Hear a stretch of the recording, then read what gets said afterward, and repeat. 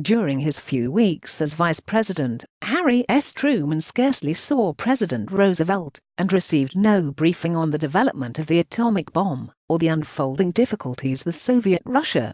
Suddenly these and a host of other wartime problems became Truman's to solve when, on April 12, 1945, he became president.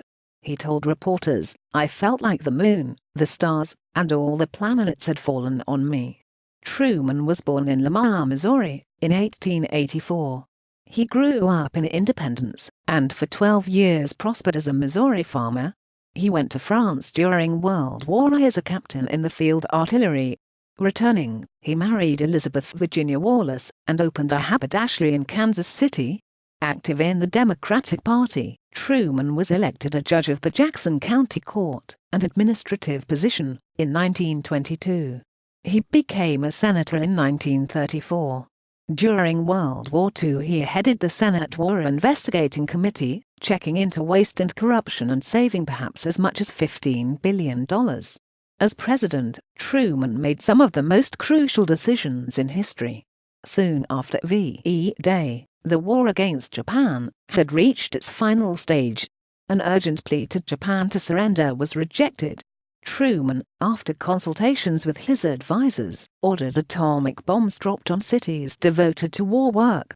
Two were Hiroshima and Nagasaki. Japanese surrender quickly followed. In June 1945, Truman witnessed the signing of the Charter of the United Nations, hopefully established to preserve peace. Thus far, he had followed his predecessors' policies, but he soon developed his own.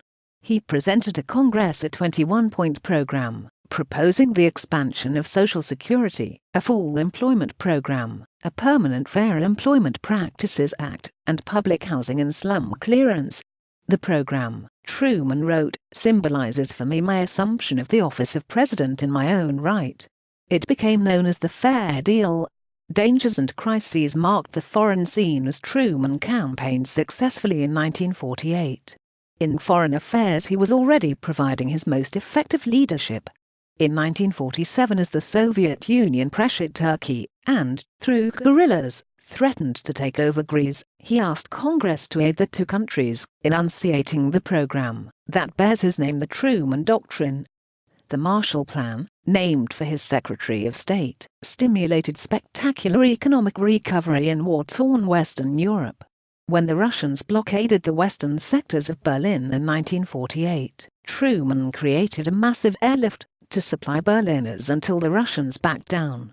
Meanwhile, he was negotiating a military alliance to protect Western nations, the North Atlantic Treaty Organization, established in 1949. In June 1950, when the Communist government of North Korea attacked South Korea, Truman conferred promptly with his military advisors.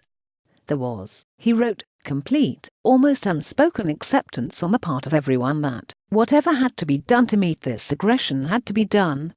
There was no suggestion from anyone that either the United Nations or the United States could back away from it. A long, discouraging struggle ensued as UN forces held a line above the old boundary of South Korea. Truman kept the war a limited one, rather than risk a major conflict with China and perhaps Russia. Deciding not to run again, he retired to independence. At age 88, he died December 26, 1972, after a stubborn fight for life.